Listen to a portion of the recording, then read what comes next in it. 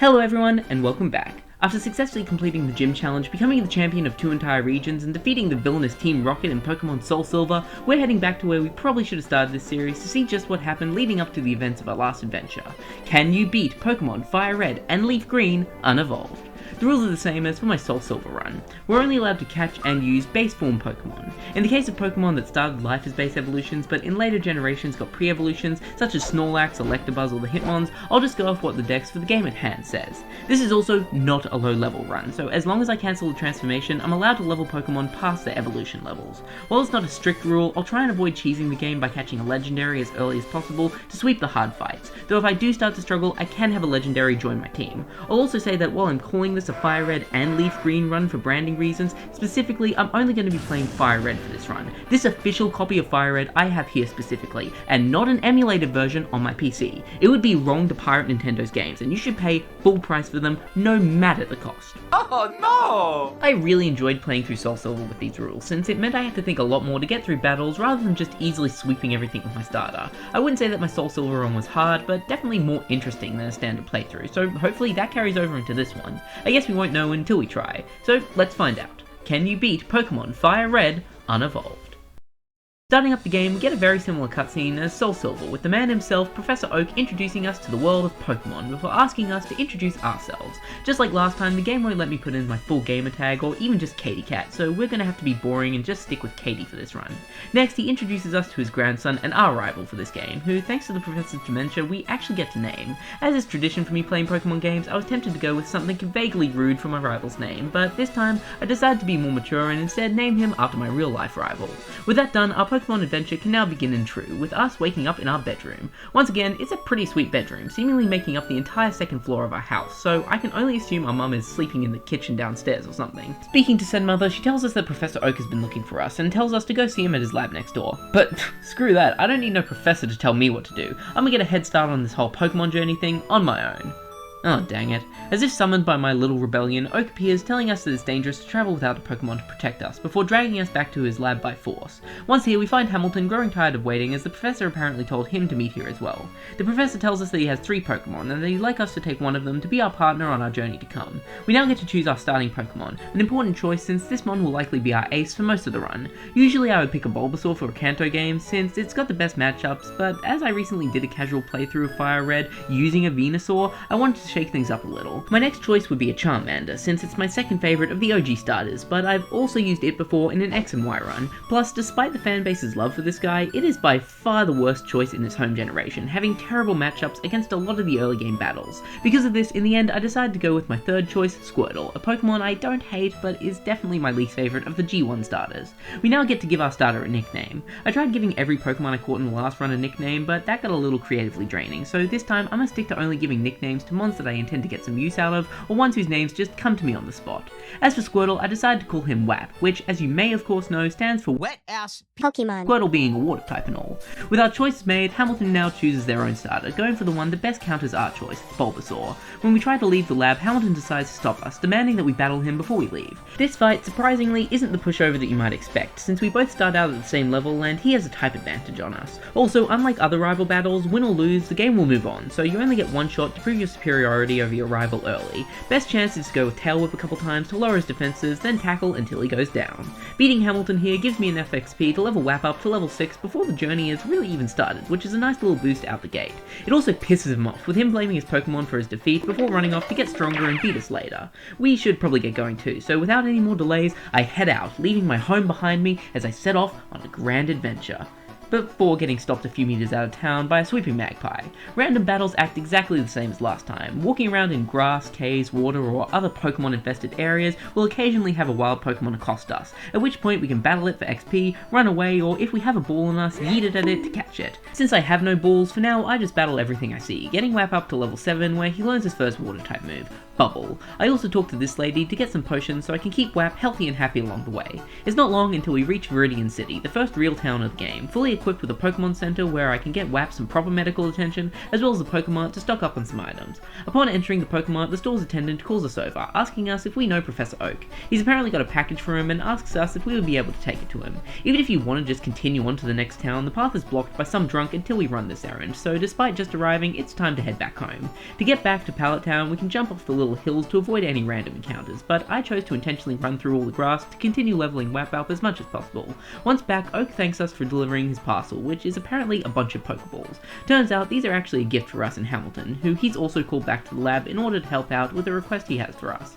He's created a new device called a Pokedex, which is an encyclopedia containing information on every Pokemon in existence. Problem is, none of the information is filled out yet, so he wants us to travel across the land, searching far and wide, catching Pokemon to understand the power that's inside. Hamilton decides to turn this into a competition to see who can catch more types of Pokemon before running off to get a map from his sister, saying he's going to tell her not to give us one. Luckily, girls gotta stick together, so if we go talk to her, we can get ourselves the town map to help us get around. With that done, we can now once again head out of town, but this time with some balls in hand, we can start filling out our team. First, I caught a Rattata, who I was tempted to call Charlie again because of my love for Always Sunny. Because I cut the bricks! Wild card, bitches! Yeah! But decided I shouldn't double up on names in these runs, so went with Mr. Nibbles instead. I still managed to sneak some Always Sunny love into the run though, by naming the Pidgey that I caught Sweet D. And compare me to some sort of giant bird. You look so much like a bird. Dennis, I was thinking fish recently. Back in Viridian, I healed up my team, stocked up on some more potions and balls, as well as some antidotes and paralyzed heals. The drunk blocking the path has sobered up a little, so we can now get past, though he's not done being annoying, as he forces us to sit through a Pokemon catching tutorial, despite me already having caught 2 Pokemon, so I clearly know what I'm doing. Before leaving, we can also go check out the local gym, but despite being the first gym we encounter, we can't challenge it yet, as apparently the gym leader is almost never around. With everything in town now done, I head out onto Route 2, a short little pathway leading into the Viridian Forest. I made sure to explore this area completely, collecting every item I could and battling every trainer for all their sweet delicious XP. Nom, nom, nom, nom, nom. I stuck to battling with WAP since I didn't really see Sweet D or Mr. Nibbles being long stays on my team. While exploring the area, I also kidnapped some new friends, catching a Caterpie I named Weedle and a Weedle I named Caterpie. I also found a Pikachu who I named It's Pikachu! Since Pichu isn't in this game, this is going to be my only chance to use the series mascot on my team, so I decided that she was going to become the first true addition to my team, starting to level her alongside WAP. By the time I had reached the end of the forest, my party had leveled up quite a bit, with its Pikachu reaching level 9 and WAP getting to level 12, learning Withdraw along the way, a move that raises his defense. My team wasn't looking too hot after all this battling, with its Pikachu being poisoned and all my antidotes being used up, so I sped through the second leg of Route 2, arriving in Pewter City, making a beeline for the Pokemon Center to heal up. Is it just me, or does it seem like this Jigglypuff knows something? Feels like it's staring out of the screen and into my soul. Anyway, trying to leave town, we'll have this guy stop us in our tracks, telling us that the local gym leader Brock has been looking for a new challenger, before dragging us, kicking and screaming all the way through town to the gym. Heading inside, this is one of the most bare-bones gyms in the entire series, with no puzzle and only one trainer, which I guess makes sense, since for a lot of kids this would have been their first time ever being introduced to the idea of a Pokemon gym. It's also a very easy gym if you pick the right starter, since Brock is a Rock-type trainer. Rocks are literally part of who he is. Because of this, Bulbasaur or an Arceus Squirtle can solo his entire party with ease, while Charmander struggles a little, and God help you if you're playing yellow, this ain't the anime. While battling, WAP learnt the move Water Gun, which has less PP and lacks the speed lowering chance of Bubble, but is more powerful, and really that's what counts. For beating him, Brock awards us the Boulder Badge, as well as TM39 containing the move Rock Tomb. Anyway, we have a lot more of the region to explore. Heading out of Pewter to the east, we find a sign posted warning about thieves further down the way, so we should have our wits about us. We also meet one of the professor's assistants, who's come all this way to give us a gift from the prof, a pair of running shoes. These let us travel around town faster, which is helpful since Route 3 and 4 together are quite long. They're also infested with trainers, ready to battle us, which I'm not complaining about, since it just means more XP for me. By the end of the route, WAP had leveled all the way up to level 18, where he tried to learn the move Bite, which I agreed to teach him over Tackle. At level 16, he also tried for the first time to evolve, so from here on out, with every level that he gains, I'm gonna have to remind him of his place in the world by wildly spamming the B button. I also caught a few new mons. First, I got a Spearow who I named Angie Pidgey because, I mean, let's face it, that's kinda all this thing is. I also caught a Mankey who I called Monkey. I thought that she might make a good choice for a third slot on my main battling team, but I ended up forgetting about her for a little bit. At the end of Route 4, we find the entrance to Mount Moon, which we have to pass through to get to the next town, and of course, with caves in a Pokemon game comes Zubats. So many Zubats. Despite not really needing one of these things, I caught the first Zubat that I saw, since as the saying goes, must collect all of them. Since it was a male, I decided to call him Batman before sending him into the box, never to be heard from again. A similar fate was met by a Paris that I caught, who was the first mon that I couldn't think of a nickname for, so just ended up staying as Paris. While exploring around the cave, I also found my first rare candy, a really really useful item with the ability to level up Pokemon instantly by 1. Since the higher a Pokemon's level is, the more XP they need to level up, it's best to save these till the very end of the game right before battling the Pokemon League. Speaking of levels, I've been switch battling its Pikachu and Wap the entire journey through the mountain, getting Wap up to level 22 and its Pikachu to 16. Its Pikachu wanted to learn the move Quick Attack, which is a priority move, meaning that if a Pokemon outspeeds you, using this move will make you still go first most of the time. This isn't really all that useful for a Pikachu, since if properly leveled, it's already pretty fast and can outspeed a lot of other Pokemon, but since our only damaging move at the moment is an electric type move, which is negated by ground types, it's probably good to have a backup move just in case. I decided to forget Thunder Wave, but thinking about it, I probably should have forgotten Growl or Tail Whip instead, since paralyzing an opponent can be pretty useful. She also tried to learn the move Double Team, which is a move that I absolutely hate, and not because it's bad, quite the opposite actually, it's annoyingly good. Double Team is part of a group of moves that either raise a Pokemon's evasion or lower an opponent's accuracy, and these moves are hell to fight against. If you have either one of these stats raised or lowered even one stage against your favour, it can become impossible to land a hit on an opponent, making fights drag on and on and on. So in protest against these moves, despite how useful they've been against me in the past, I'm going to refuse to learn it. Also, maybe I'm a little afraid that I start using this move and it wouldn't be as useful as it has been against me, forcing me to admit that I'm just not very good at video games, but shh, I'm going to pretend that this is some moral grandstand. It's a really long journey through Mount Moon, and since in caves every single tile can spawn a wild Pokemon, you're going to be doing a lot of battling. Even if you can outspeed and OHKO everything in here, you're probably still going to need to do a tactical retreat at some point to rest your team, so it's lucky that there's a Pokemon Center just outside the cave's entrance to avoid too much needless backtracking. As you get further and further in, you'll come across some of those thieves that the sign back computer was warning us about. However, these aren't your ordinary crooks. This is Team Rocket, a group of evildoers out to make a quick buck, no matter how many friends they lose or people they leave dead and bloody and dying along the way. They're here searching for valuable old Pokemon fossils, with the goal of selling them off for a high price on the black market. Of course, we can't allow such important and precious pieces of history to be used in such a way. No, a much better way to treat them is to force them back to life using painful modern science, then make them battle against creatures incomprehensible to their ancient minds, all the while they try to grapple with the loss of their entire species. After clearing out all the rocket grunts, we find a scientist who also wants to hoard all of the fossils for himself, but after battling him, he agrees to let us have one. Sorry mate, you lost. All these fossils are now mine. Don't make me stick my turtle on you again. You now have to choose between a Dome or a Helix fossil, which can be revived into Kabuto or Omanyte respectively. I wasn't sure if I was even going to bother reviving these things, but still, if I did, I wanted to make sure I picked the best one. They have the same stat total, but Kabuto has them more evenly spread out, while Omanyte has a bulky defense and special attack stat. A jack of all trades is a master of none, so I ended up taking the Helix fossil. It's not long now until we finally exit Mount Moon, popping out on the other side of Route 4. My team was feeling pretty exhausted after their time in the cave, so I decided to basically run straight to Cerulean City to heal everybody up as well as restock on items. This city is also home to another gym, which would usually be my next destination, but while exploring around town a little, I accidentally passed the trigger point for Hamilton to appear and once again force us into a battle. His team has grown quite a bit since our last encounter in Oak's lab, with him starting out with a Pidgeotto. I figured that this thing should be no match for its Pikachu, seeing as she had the type advantage. However, Pidgeotto's quick attack is actually pretty strong, and Thundershock is surprisingly ineffective against it. I decided that I didn't want to risk its Pikachu fainting since revives are a precious commodity at the moment, so instead I brought in Mr. Nibbles as a sacrifice to let me safely switch into Wap, who took Pidgeotto down with 2 bites. This put me in an awkward space though, as Hamilton's next mon was his ace Bulbasaur, and in the condition that its Pikachu was in, I didn't have much option other than to keep Wap in and hope that my level advantage is better than his type advantage. I managed to get off a bite, but then Wap was immediately put to sleep, and I didn't have any awakenings. I spent a turn to heal its Pikachu, then just prayed for an early wake up so that Wap could actually do something. But as always, Arceus didn't answer my prayers, and in 2 turns, Wap went down. I didn't think that its Pikachu could solo the rest of the battle, so I brought in Weedle to revive Wap, and after it went down, brought in Caterpie to heal back up to full, before finally bringing Wap back in for revenge, who was then almost immediately put back to sleep. Realizing Wap might just not be cut out for this fight, I used Sweet Deer's Switch Fodder to safely bring in its Pikachu. I then used Tail Whip to lower Bulbasaur's defense a little, and its Pikachu actually managed to avoid a Sleep Powder, but even with a lower defense, Quick Attack still doesn't do much to Bulbasaur, and its Pikachu gets hit by its next Sleep Powder. With both my remaining mons asleep, my only real choice was to just keep attacking and hope that one of them would wake up before they go down. By some miracle, its Pikachu woke up after just 1 turn, and before she could get put back to sleep, she was able to Quick Attack Bulbasaur into an early grave.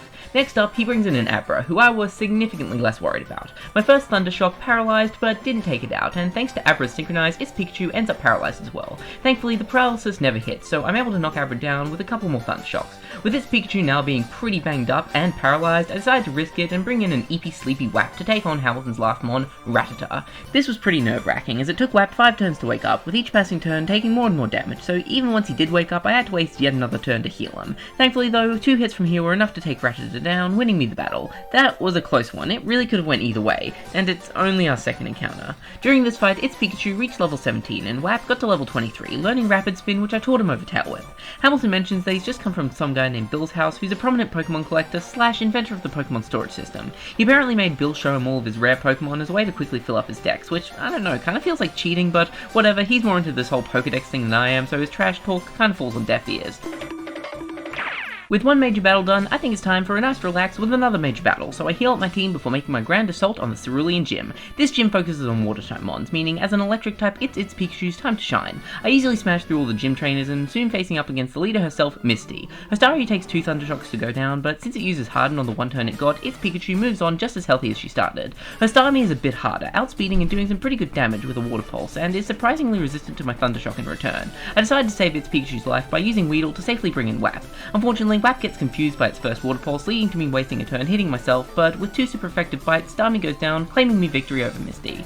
For our victory, Misty bestows upon us the Cascade Badge, as well as TMO3 Water Pulse, which is not only more powerful than Water Gun, but also has a chance to confuse, so I immediately taught that to Wap. Before we leave town entirely, it might be a good idea to go meet that Bill guy that Hamilton mentioned. Seeing as he's such a prominent Pokemon collector, he might be able to help me on my journey. Heading out of town to the north, we have to cross the Nugget Bridge, where this trainer informs us about a challenge to beat 5 trainers on the bridge for a reward. This is pretty easily done, as despite their organization, they aren't any stronger than your bog standard trainer battles. After defeating all 5 of them, we meet with the organizer of this whole thing, who rewards us with a nugget, a piece of breaded and fried goodness that goes for a high price. He then just straight up launches into a sales pitch, asking us if we'd like to join Team Rocket. Bit on the nose, dude, but I mean, I guess I can't criticize. I use basically the same tactic when I'm recruiting for my terrorist cell. After battling my way through all the trainers on Route 25 and arriving outside Bill's house, Wap was up to level 27, and its Pikachu to level 20, where I taught her the move Slam over Quick Attack, since as I mentioned earlier, the always moves first thing isn't super useful on an already speedy Pokemon, and Slam is just a more powerful move. I also made another new friend in the form of Oddball the Oddish. Entering Bill's house, it seems like no one's home. Well, except for what I assume is his pet Clefairy. Hey little guy, how you doing all on your own? Oh jeez, it can actually talk, what the hell? Turns out this is actually Bill. No, he's not a Pokemon, he just accidentally flied himself while testing out a teleporter that he's been working on, and can't get himself back to normal without our help. Once inside the teleporter, we just need to press some buttons on his PC, and voila, man and Mon separated again. Well, we never actually see his Clefairy emerge from its tube, so let's just assume he's okay. As thanks for our help, he gives us a ticket for a luxury cruise he was invited to attend, the SS Anne. Sounds like a hoot of a time to me, so it's off south to Vermilion City where the ship is currently docked. Getting out of Cerulean isn't as easy as usual, as a tree blocks the only path and we don't yet know how to cut it down. Instead, we have to head to this house here, where a break-in has recently occurred, with a cop posted outside telling us that Team Rocket is responsible. We can enter the house, presumably contaminating all the evidence, and oh geez, I wonder where the criminals could have gone. Heading out back, we can find and defeat the Team Rocket grunt responsible and retrieve the stolen property, a TM containing the move Dig. Huh, that's not actually a bad move. I'm sure that guy won't miss his TM that much. He was only going to use it on a Diglett, which learns Dig anyway. Kind of a waste, dude. Following the fence path down lets us get around the tree blocking our path and move on to Route 5. There are no trainers on this route, but there are some wild battles, where I caught myself a Meowth who I didn't bother to name. In order to get into Vermilion, the most direct route is through Saffron City. However, this thirsty guard manning the path into the city informs us that the path is currently blocked and that we can't enter, so we're going to have to find another way around. Back on Route 5, we can find a little shack housing the entrance to the underground path that passes underneath Saffron, popping us out on the other side on Route 6. This route has a lot more going on than the last, leading to both Wap and its Pikachu gaining a level, with Wap trying to learn the move Protect, which I politely declined. Once in Vermilion City, I made a beeline for the gym, however my path was once again blocked by a small tree, so this'll have to wait. I did check out the Pokemon fan club, where if we humour this old man and listen to him ramble about his favourite Pokemon, he'll thank us for letting him gush by giving us a bike voucher, good for 1 free bike. This will be important later. With that, there's not much else to see in the city right now, so I think it's time I kicked back and enjoyed my cruise. Not sure which room is mine though, so I guess I'll just barge into everyone, and if the inhabitants don't like it, I'll just sick my pets on them. One of these rooms actually has a friendly lady who will offer to rest your Pokemon for you, basically acting like a mini Pokemon center aboard the ship, so keep in mind where she is in case you need to rest your team up. After making sure I cleared every room on the entire ship, battling everyone and collecting every item I could, Wap had reached all the way to level 30, and its Pikachu level 25. Not too bad. All that's left now is to check out the captain's quarters and... ah, great, this jerk again. Buongiorno. He continues to brag about all the Pokemon he's collected, like I care or something, before he once again challenges us to a battle. This time though, I was much better prepared, with a fully healed team ready to go. He once again starts with his Pidgeotto, and this time, Pikachu is able to easily deal with him. He does manage to get off some Pocket Sand to lower my accuracy, as well as a Quick Attack on his second turn to get some damage in, but still, in 2 turns, Pidgeotto goes down. Next, he brings in a new teammate, Eradicate, who Wap is able to absolutely murder, getting flinched with his first bite and finishing him off with the second before he can even get us together single attack off. Next is Hamilton's starter, though this time having evolved into its second stage, Ivysaur. This worried me since I already struggled a lot with this guy before it evolved. Despite this, I still had a not insignificant level advantage on it with WAP, so I decided to risk it and keep him in. Pretty early on, WAP got both seeded and poisoned, both draining more and more of his health each turn. Bite wasn't doing terrible damage, and even though WAP got pretty low, I thought I might just be able to finish Ivysaur off before I succumbed to my status effects. Unfortunately, it was barely just not enough, leading to WAP getting taken down. No problem though, since at this point its Pikachu is more than capable of finishing things off. The fight is basically over now. Despite Abra having also evolved into Kadabra, it isn't much of a threat either, so once again, victory is ours, with its Pikachu even gaining an extra level at the end, trying to learn Thunderbolt, which is just a better version of Thunder Shock, so I switched them out. Possibly the most annoying thing about Hamilton's arrival is that even when we absolutely destroy him, he barely acknowledges the defeat, just smugly continuing to brag about himself. Apparently, he came here because the captain is rumoured to be the master of the move Cut. However, Hamilton found him to be a letdown apparently, just being a seasick old man. Heading into the captain's quarters, we can find him hunched over a bin, yakking his guts out, but by patting him on the back, we can make him feel much better, and as thanks, he rewards us with the game's first HM, Cut. For those of you unaware, HMs are like TMs, only can be used multiple times, and contain moves that have some effect on the overworld, allowing us to travel on or to more locations that we couldn't before. The downside is that once learned, they can't be unlearned, or not easily at least, and since a lot of them are kind of garbage in battle, we don't want to be wasting any slots on our good battles with them. Luckily, Mr. Nibbles is able to learn Cut, so I guess it was worth keeping him around all this time. With that, there's nothing else really on the ship for us, and I doubt my mum would be too happy if I sailed off to some distant land without telling her, so before the ship can leave port, I return to shore and watch it sail off into the distance. Now with Cut in hand, we have a bunch of new paths open to us, but first off, we should probably head to the local gym to get ourselves a fancy new badge. This gym is the first to have a puzzle associated with it, and it's probably the worst, laziest, and yet somehow still frustrating puzzle in the entire series. It's got a simple premise. There's an electrified gate blocking our path to the gym's leader, Lieutenant Surge, and in order to deactivate it, we need to hit a button hidden in one of these rubbish bins. Problem is, the button is randomly placed, so you kinda just have to get lucky with it. This on its own is kinda pointless and boring, but it's not the worst. Maybe they could have added a chance with a wild encounter if you guessed wrong to add a little bit more substance to it, but as it is, this would have been just fine. Problem is, there isn't just one button, there's two, with the second one only appearing after the first has already been pressed, and once again getting randomly placed in one of the bins. And if you guess wrong, even a single time where this second button is, you have to restart from the first button with an all-new placement. It's infuriating and boring all at the same time, just going through each bin over and over and over again just to get to the second button, only for all your progress to get reset because of bad luck. From my understanding, the second button will be in a bin next to the first one, so if you're lucky and find the first one in one of the corner cans, the odds of landing on the second are 50-50, but in literally any of the other trash cans, the odds are stacked against you. It always takes me way longer than it should, but eventually I did get both buttons in a row and was able to pass through to challenge Lieutenant Surge. This fight I was kinda nervous for, as it was the first gym that I didn't have any super effective hits for, with WAP being weak to his electric ones and its Pikachu just being neutral. His first Voltorb isn't much to write home over though, going down in just 2 slams and only being able to do about a third of my health in return. Next, he sends out a much lower level Pikachu, who takes a surprising amount of damage from my first Thunderbolt and even gets paralyzed, causing it to be unable to move and go down on the next turn. Finally, he brings out a Raichu, Pikachu's bigger, better brother. I still outlevel him though, so there's that at least. I go for a slam, which does a little bit over a third of his health, but then its Pikachu is paralyzed by Thunder Wave. I started to get really nervous when I saw Raichu go for double team, since between the paralysis and slam already not being perfectly accurate, I stand to lose a lot of turns, but I do eventually manage to get off another slam. This puts Surge into the range to heal up on his next turn, so knowing this, I try to counteract the health gain with another slam, but unfortunately the paralysis took hold again. Realizing now that I wasn't going to get anywhere fast like this, I used a turn to cure its Pikachu of her paralysis, which just gave Raichu more time to raise its evasion. Then my next slam missed, letting it raise it again. Okay, well eventually I do land a slam, and thanks to Raichu's static, I end up paralyzed again, so that's just great. This fight continued to go on like this, with me failing to land hits and needing to heal up, while he got lucky with criticals, almost killing me numerous times. Eventually my luck turned a little, with Raichu getting paralyzed by my static, which didn't seem to be nearly as much of an impediment for him getting off attacks as it was for me. I did eventually get lucky enough landing hits to finally beat Lieutenant Surge. Not gonna lie though, I'm not proud of that fight at all. I used so many items to just barely scrape by, it wasn't satisfying, but hey, a win's a win I guess. Acknowledging our strength, the Lieutenant awards us the Thunder Badge, as well as TM23, Shockwave. Now that everything in Vermilion is taken care of, it can be a little hard to figure out where to go next, as all the paths to the major cities seem to be blocked off. Saffron City is still blocked off, and heading east out of Vermilion long enough just leads to this big old fella sleeping in the middle of the path. What we're meant to do is kind of sort of backtrack, but using previously untraveled paths, starting out with the Diglett Cave, but before we head through there, I made sure to battle all of the trainers on Route 11 to harvest all the XP I could.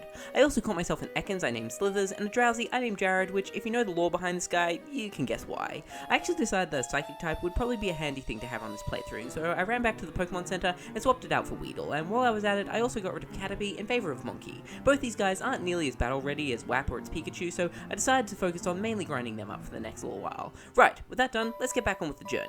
I head through the Diglett Cave, which, go figure, is infested with Diglett, one of which I caught for collection's sake, naming it Dig Dug. Other than that, this area is pretty uneventful, and once we reach the end, we're all the way back out on Route 2, but on a side path blocked off by some shrubbery. There are a bunch of items here to get, but also in this building here we can find one of Oak's assistants. This guy's here to reward us for progressing in our Pokedex. Since we have more than 10 entries, he gives us HMO5 Flash, allowing us to light up dark areas, a skill that will come in handy soon. None of my team other than its Pikachu can learn this move though, and given the ungodly uselessness of it outside of the overworld effect, I don't want to give it to her, so after travelling all the way back to Cerulean City, I did a little bit of hunting on Route 10 to catch a Voltorb who I named Ball. I decided to switch out Sweet D for it and taught it Flash instead. With this, we now have everything that we need to get to our next location. Heading east from Cerulean, we can now cut down this tree leading to Route 9, at the end of which we can find the Rock Tunnel. I condensed this whole section down a lot as it was mostly just running around routes that we'd already cleared, but by the time I reached the tunnel, this is where everyone on my party was sitting. Wap had learned the move Rain Dance, a move that increases the power of water type moves over Withdraw, and Mankey had picked up Fury Swipes and Karate Chop.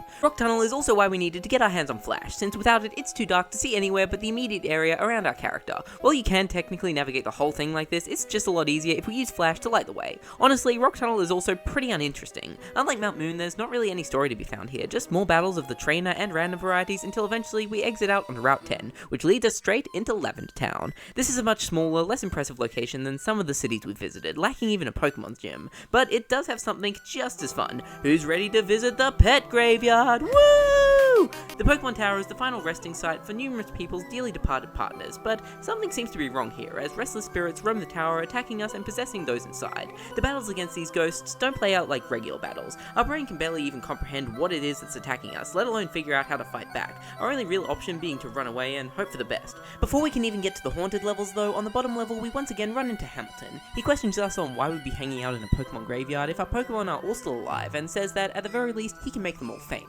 Dude, that's in poor taste. Have a little bit of tact. I have Jared in my first party slot when the battle starts, but he's not ready for a real battle like this yet, so I had to waste his turn, switching into its Pikachu, letting Pidgeotto get a standard attack off. Doesn't really matter though, as at this point its Pikachu is more than capable of OHKOing this thing in a single Thunderbolt. He then brings in a newcomer to his party, Gyarados, who is actually more weak to electricity than Pidgeotto, and so goes down even harder to a Thunderbolt, though I do miss my first attack, letting him get some damage in on me. Next up is another newcomer, Growlithe, who once again goes down in one attack, this time being a Water Pulse from Wap. Now he switches into his Venusaur, whose grass typing I still don't have a great counter for. However, its poison typing I do, thanks to Jared's psychic abilities. Yeah, for whatever reason, poison is weak to psychic. Doesn't really make sense to me, but I'm happy to take advantage of it. Ivysaur does outspeed and does decent amount of damage with Razor Leaf, and despite being super effective, Confusion still doesn't do as much in return. If he just kept using Razor Leaf, then this battle would be all his, but he decides to take a turn to poison me, letting me get ahead on the damage dealt, letting me knock Venusaur out. Finally, once again, Kadabra is last, and goes down swiftly to a single bite from Wap. Of course, as he's prone to, he barely even acknowledges his loss, and just goes on to gloat over the new Cubone he caught, and wondering where he can find its evolved form Marowak. He then insults us before running off. Dude, why were you even here to begin with? Were you just going around being a nuisance? Wait a second, what happened to his Raticate? Next, he brings in a new teammate, Eradicate, who Wap is able to absolutely murder. Oh god, did I? Let's just forget we thought about that. Once we get to a certain point in the tower, the ghostly presence gets too much for us to handle, and no matter how hard we try to get to the next level, we'll always be forced back, so it seems like we're missing something to be able to continue. Well, this place might have been a bust, but there's still more cities to discover, so let's head out of Lavender Town to the west onto Route 8. This is another route leading into Saffron City, which is still blocked off, so we have no option but to use yet another underground walkway to pass under it, leading us to Route 7. It was here that I caught yet another Pokemon I wanted to make a main member of my long-term team, Growlithe. Being a fire type gives it a lot of coverage for Wap's grass weakness, which will help out a lot in a coming battle. Being a dog, I decided to name this thing after my real life dog, Sasha, despite this mon being a boy and her being a girl. Yeah, who really cares? By the end of this route, I had also raised my team's levels quite a bit, getting Wap to level 35, Monkey to 27, Jared to 29, and its Pikachu to level 30. I also taught Jared Headbutt over Pound, just being a stronger version with the ability to flinch, and used a TM to teach Monkey Rock Slide over Fury Swipe, since having a rock type move gives him more coverage. From here, it's not a long walk to get to our next big city, Celadon, where I run straight to the Pokemon Center and replace Voltorb with Sash. This is one of the biggest feeling locations in the game, and home to the enhanced version of the Pokemart, the department store, and is even the location of the game developers. Yeah, in this building here, you can straight up find and talk to the dev team, who all have some fun little fourth wall breaking things to say. Oh, you like Misty a lot, do you? Forgive me for being rude, but you don't really seem to be her, how do I say this, peer? On a lower floor, we can find this nice old lady who offers us a cup of tea, which will be important later. We can also get a free Eevee by using the entrance in the back of the building to head all the way up to the roof. There are also some Team Rocket grunts walking around town, which is never a good sign, but before we can deal with that, we might as well knock this area's gym off our to-do list. All the trainers in this gym use grass-type mons, meaning that my best Pokemon WAP is gonna have to take a backseat on this one again. On the other hand, this does give Sash a good chance to prove their worth. Oh, only real ladies are allowed in this gym, hey? What you trying to say? The problem here is that Sash is significantly lower level than the other trainers' Pokemon, meaning that I had to use a lot of revives and heals and make frequent mad dashes back to the Pokemon Center to heal. Still though, I persevered and managed to get him all the way up to level 23 by the time I faced off against Erica, the gym's leader. This is still significantly lower level than Erica's mons, but I figured that it was still worth trying Sash out here. First up, she sends in a Victory Bell, who immediately manages to poison Sash. Ember only does about a third of its health, and on the second turn, it uses Acid, which, in addition to the poison damage, got Sash pretty low. I take a turn to heal Sash back up, and Erica does the same, which is a good thing since the more heals she uses now, the less she'll have later in the fight. After trading another Ember and Acid, I felt like I had enough health to tank one more hit plus the poison damage before healing again, so I went for another Ember, but instead of Acid, Victory Bell goes for Giga Drain, which not only does more damage but also heals itself in the process, meaning after this attack, the poison damage is enough to put Sasha out of commission. Kinda to be expected, but luckily Sash wasn't my only super effective hitter here, as most of Erica's Pokemon are also poison types, meaning once again it's Jared's time to shine. His first Confusion is almost enough to finish this thing off, and despite desperately trying to heal back up with Giga Drain, Victory Bell soon goes down. Next, she sends in a Tangela, which wasn't too threatening, but Jared had already taken a few hits and also wasn't super effective against it, so I brought him back and sent out its Pikachu in his place. Thunderbolt isn't all that effective, but I do manage to paralyze it, but in return, it poisons me. Erica then uses a full restore to remove the paralysis, which is fine by me, as it's basically just giving me a free turn for some extra damage unimpeded, and after this, it only takes one more hit to take Tangela down. Finally, she sends in a Vileplume, who is once again weak to Psychic, so I brought Jared back in.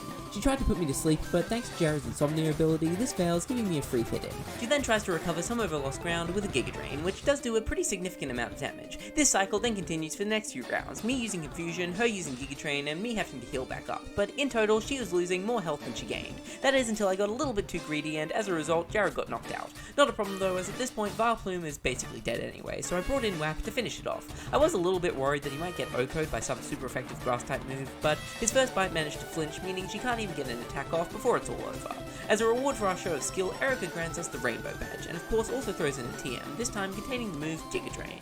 Right, with that sorted, we should probably try and get to the bottom of just what Team Rocket's up to in this area. For the most part, they just seem to be hanging around town, minding their own business, or trying to make it big in the local casino. The one hanging out in the casino will actually battle us if we interrupt him, and once we beat him down, he panics that Team Rocket's secret base might get discovered before running off and seeming to simply vanish into thin air. Weird, wonder what his deal was. Well, he did seem to be guarding this poster. I wonder if aha, secret staircase. This leads down into Team Rocket's secret hideout. This area is full of these weird arrow floor puzzles where stepping on one will have you hurtling off in a direction until you hit another one or part of the floor with enough grab to pull you to a stop. They can be a little daunting looking at them, but as long as you think about where every move will get you ahead of time, it's not too hard to navigate these to collect every item and get through. At the back of the second level, you can find an elevator. However, not every floor is available on it, and the very bottom floor specifically is only fully accessible via the elevator, so we're going to need to find a way to get it going. Well, on the third basement level behind one of the previously mentioned floor puzzles, there's a staircase leading down to a section of the bottom floor where we can find a rocket grunt who has the key for the elevator, and with a little bit of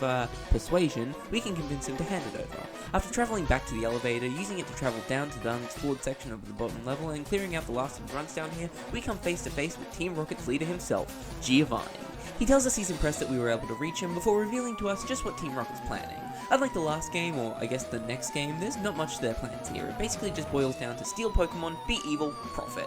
Despite this, now that we know their devious scheme, we can't be allowed to leave, so Giovanni challenges us to a battle.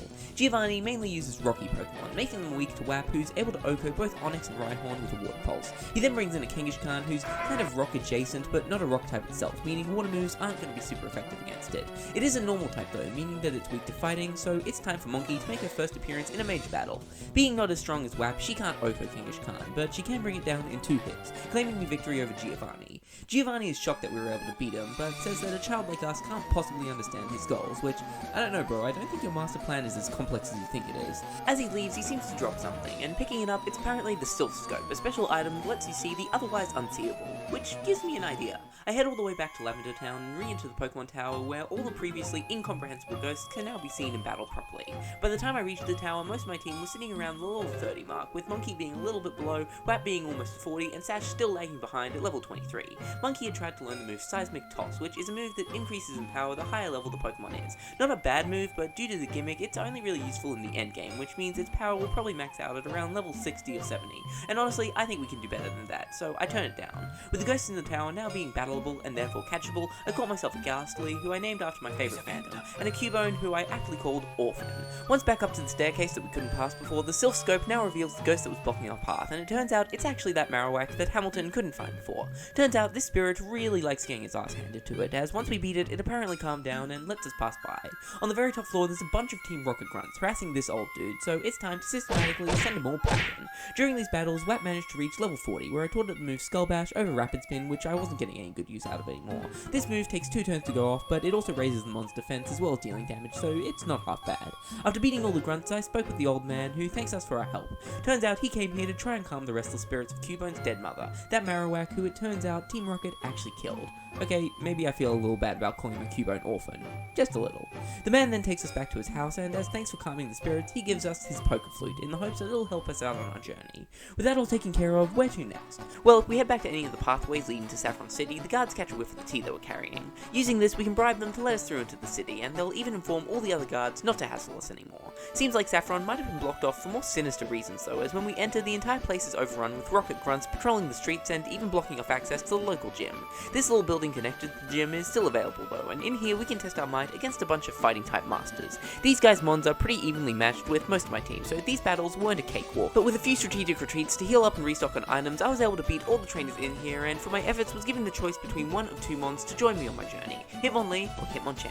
Since Tyrogue doesn't exist yet, these 2 are technically legal for this run, but since I already had a fighting type who I'd invested a lot of energy into, I don't see myself using either one of these. I didn't even really care which one I got, so I just asked my real life rival Hamilton Animations to decide for me. They went with Hitmonlee, so I went with Hitmonlee. I also asked them to name it, and they said Lemon, so that's what I called it. Jared also gained another level, causing him to learn Psychic, which, aside from having a lower PP, is a better version of Confusion with the added effect of possibly lowering the opponent's special defense, so I taught that to him instead. With that done, it's time to get to the bottom of just what's going on in Saffron. Well, the grunt guarding the Sylphco HQ is asleep, so we can sneak past to see just what's worth guarding inside. This building is an absolute nightmare to explore, having 11 floors, a ton of locked rooms we can't access without a keycard, and these teleporter panels everywhere that link to others on the same floor or alternate floors. It's just a mess and super confusing to traverse, especially if you're like me and want to battle everyone and collect everything you can. The strat I usually use is to do it in several sweeps. First, I travel up using the stairs, doing everything I can without the keycard or touching any of the teleporters. Once I've cleared the entire building, I then systematically go up floor to floor, testing out every single teleporter until I find the one that leads to the keycard, since I always forget where it is. It's in the area blocked off by this teleporter, so the easiest way to get to it is to use the portal, then teleport back to get access to the other side. With this now in hand, I once again sweep every floor, opening the remaining doors to clear out the last of the battles and grab the remaining items, and only then do I head for the President's office on the top floor. Much like the Team Rocket base, even though we can reach the 11th floor with the stairs, a lot of it is inaccessible unless we use a teleporter to get there, specifically this one behind a door on the 3rd floor. By the way, the teleporter in the room behind this leads to a lady who will rest our Pokemon for us, which is good to keep in mind since it'll save us running all the way back to the Pokemon Center. On our way up to the President's office, we once again have a run-in with Hamilton, who's apparently been waiting for us so he can see if we've gotten any better at battling. Dude, I'm not really sure if you're an authority on battling. Every single time we fought, I've wiped the floor with you. Whatever, this fight is pretty similar to the last. I accidentally had Sashin at the start, so I had to switch to its Pikachu, but from there, his newly evolved Pidgeot went down in just a couple of hits, and his Gyarados followed suit. His Growlithe barely survived a Water Pulse from Wap, but then knocks itself out with a takedown. His next one did worry me a bit, as his Ivysaur has now fully evolved into a Venusaur. I switched into Mr. Nibbles to heal up Sash, and then switched them in, but due to the severe level disparity, my attacks didn't do much, and Sash got taken down in 2 Razor Leagues. Okay, maybe Sash might have been a bit ambitious, so I switched into Jared, who does much better, tanking his Sleep Powder thanks to his Insomnia to get off a free hit. He still takes a good bit of damage from Razor Leaf, but not enough to knock us down first. His Kadabra has also reached its final form in Alakazam, but since it just keeps going for Future Sight over and over again, it doesn't even manage to touch WAP before he bites it to death, bringing the fight to an end. While this fight wasn't hard per se, I definitely noticed that the level gap between my Pokemon and his was starting to get a little closer, with our starters actually being on par with each other, so I can foresee a little bit of grinding in my future. Hamilton assesses that we're ready to take on Team Rocket's boss, which A, I don't really think you're in a position to decide, and B, we literally already have. He tells us that he's far ahead of us, and that he's already heading to the Pokemon League, and he's going to become the champion, which I'll believe when I see it. Before we head for the president's office, I talk to this employee who, as thanks for our help around here, gifts us a Lapras, which I gladly accept, naming it Lassie, because, you know, it's based off the Loch Ness Monster, which is Scottish. I don't need to explain myself to you. After battling through the last of the grunts, I finally get access to the president's office, where I find Giovanni holding the Silphco president hostage. He tells us that they're negotiating a business opportunity and warns us not to interfere before engaging us in battle. His team's changed up quite a bit since the last time we met, now starting out with a Nidorino. Once again, I had Sashin to start, so I had to take a turn to switch to Jared, but from there, this thing goes down in a couple of psychics. Since Jared wasn't in good shape, I decided to switch into Sash to heal up, but his Nidoqueen proved to be a lot more of a problem for me. Once healed, I switched back to Jared, who was still poisoned from their last bout, so despite Nidoqueen's attacks not doing all that much, her health did end up in the low range again rather quickly, and when I finally cured her, she was literally immediately poisoned again, forcing me to use another antidote, at which point Nidoqueen used Body Slam, which was enough to knock Jared out, so that's 2 antidotes completely wasted. I then switched into Monkey because I always forget that ground isn't weak to fighting, and realized my mistake when her attack did Squirrel. Before she died, I used her last moments to revive and heal Jared back to full before bringing her back in, and just to be annoying, Nidoqueen went for a Body Slam which paralyzed Jared on the first turn back out. Great. Well, she managed to get off 2 Psychics in a row, which just barely didn't faint Nidoqueen, and to make up for it, the paralysis then hit on my next 3 attacks before she goes down again. I then brought in Sash, which was a bit of a risk, but luckily he managed to survive, and since Nidoqueen was almost already dead, was finally able to knock her down. His Rhyhorn then goes down to a quick Water Pulse, but this isn't as effective against Kangaskhan, leading to WAP getting taken down. No problem though, as I had revived Monkey in his last turn alive, so after a failed attempt to take it down with its Pikachu, I could bring her in to bring down Giovanni. He curses us for foiling their plans here, but makes sure we know that this isn't over, telling us that all Pokemon belong to Team Rocket before disappearing. We can now talk to the president of Silphco, who is extremely grateful for our help, offering us a new device the company has been working on as thanks. The Master Ball, a Pokeball with the power to capture any Pokemon, guaranteed, warning us to keep it on the down low as it's a pretty valuable item. After clearing out the entire tower, my team had buffed out quite a bit, with both Sash and Monkey learning some new techniques in Cross Chop and Takedown, which I forgot Low Kick and Leer for respectively. With Team Rocket once again foiled, I think now's as good a time as any to hit up the local gym, which is now no longer being blocked off. This gym heavily features more of those goddamn teleporter panels. I hate these things with a passion, it just makes navigating an area so confusing and annoying. Why are they here? This gym is focused around Psychic Mons, which in this region specifically is one of the strongest types there is. They only have 3 weaknesses, none of which are really all that viable. Bug is super weak in general, so even with super effective damage, probably not a great option. The only Ghost type Mon in the region is also Poison type, so they're also weak to Psychic in return. And outside of the Alolan Mon, there aren't any Dark type Mon in Kanto. Some of my team do at least have Dark type moves, so WAP and Sash, you'll be taking the lead here. After finding my way to and battling every trainer in the building, I finally reached Sabrina, the gym's leader. While I had said that both WAP and Sash were going to carry this fight, even after growing to level 32 and learning Flame Wheel, Sash is still pretty underleveled, so battling with them is always going to be a bit of a risk. Despite that though, they did pretty good against her first Kadabra, getting off 2 bites while it set up a Future Sight, and then set up another one which doesn't work until the first one lands in a few turns, so not really sure what they were thinking. Kadabra just barely survives this though, and Sabrina heals it. Sash then gets hit with the Future Sight attack, which I was surprised wasn't enough to knock it out.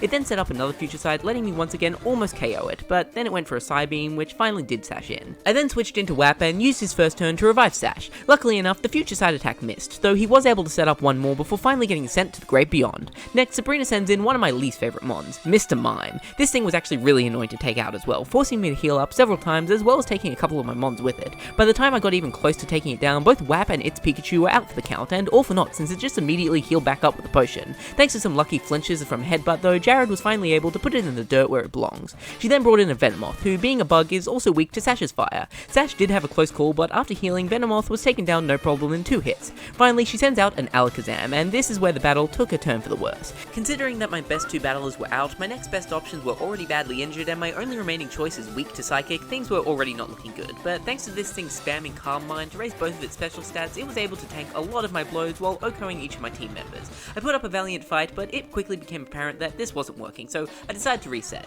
My next few attempts didn't go great either, being shut down by Mr. Mime before I could even face her Alakazam. Eventually, I did get back to it, but things seemed to be going exactly the same as last time, with Alakazam raising its stats with Calm Mind. I did manage to put it to sleep though with Jared's Hypnosis, which I thought would be a death sentence for it, so I switched into WAP to finish it off, but Sabrina immediately woke it up and WAP took a Future Sight attack that had been set up before. He then just kept spamming Future Sight though, which seemed to happen a lot with mons that have this move, so I was able to get in a few bites. When the Future Sight damage was coming around, I switched into Mr. Nibbles in an attempt to save WAP. He immediately got taken out by a Psychic though, so I switched into Monkey. The Future Sight attack then failed, but being weak to Psychic, I knew Monkey wouldn't be around too long, so I used her time to heal up WAP before bringing him back in, who was then immediately OHKO'd. Yeah, there's a reason this fight is seen as one of the hardest in the game. I tried to bring in Jared, but she also got knocked out immediately, giving me no option other than Sash. Some kind of miracle occurred though, and Alakazam went for a Future Sight, allowing me to get off a bite which crit, doing enough damage to finish it off and win me the battle. Thank God, I was thinking I was going to have to reset again. Sabrina is shocked by her defeat, but concedes that we earned our victory, and so bestows upon us the March Badge, as well as TM04, which I believe contains Calm Mind. After painstakingly working my way back through the gym, it's time to figure out where to head next. Well, there's still that path being blocked by that big sleeping fella, but I don't think I can squeeze around them. Maybe I can wake it up with some light jazz. And 1, 2, 3, 4.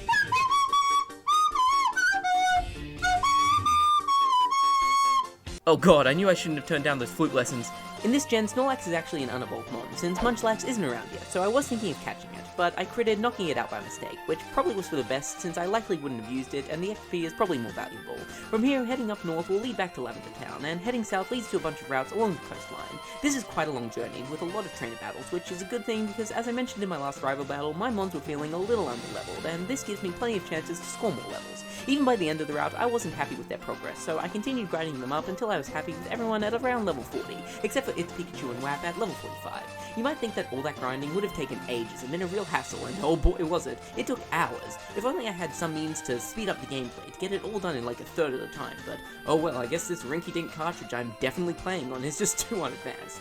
With all these levels came a lot of chances to learn new moves, most of which I turned down except the Thunder on its Pikachu, being a super strong attack but with the downside of only a 70% accuracy. I didn't want to replace Thunderbolt for it because that accuracy is a big turnoff, but the damage is also too irresistible, so instead I got rid of Growl. I also caught myself a Ditto, who I call Blob since that's basically all this thing is. After the long journey, I finally reached Fuchsia City, home to the Safari Zone, a special area where we're able to hunt down and catch rare mons. We do have to check this place out eventually, but first we should hit up the local gym. This gym is home to yet another annoying gym puzzle, where we have to navigate a maze of invisible walls. This isn't fun, it's just annoying and time consuming. This gym is also kind of confusing with its theming. The gym leader, Koga, is a poison type master, but aside from a few Arboks, none of the gym trainers here specialize in poison types. Most of them actually use psychic types, actually giving them an advantage over the leader himself. As for said leader, this fight is pretty uneventful.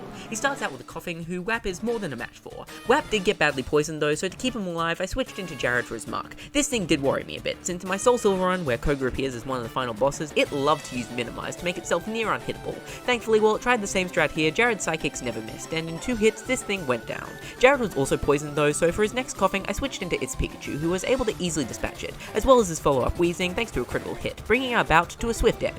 This earns us our 6th badge, the Soul Badge, as well as a TM containing the move Toxic. With 6 badges claimed, we're now at the halfway point, and as such, it seems like as good a time as any to take a little break. So far, aside from a little difficulty spike with Sabrina, this challenge hasn't been too hard, but neither was my Soul Silver run until a bit closer towards the end, so there's still a lot of time for things to ramp up. With that said, thanks for watching. If you want to be around to see what happens next, why not consider subscribing, and hey, why not like the video while you're at it? I've been Katie Cat, and thanks for watching.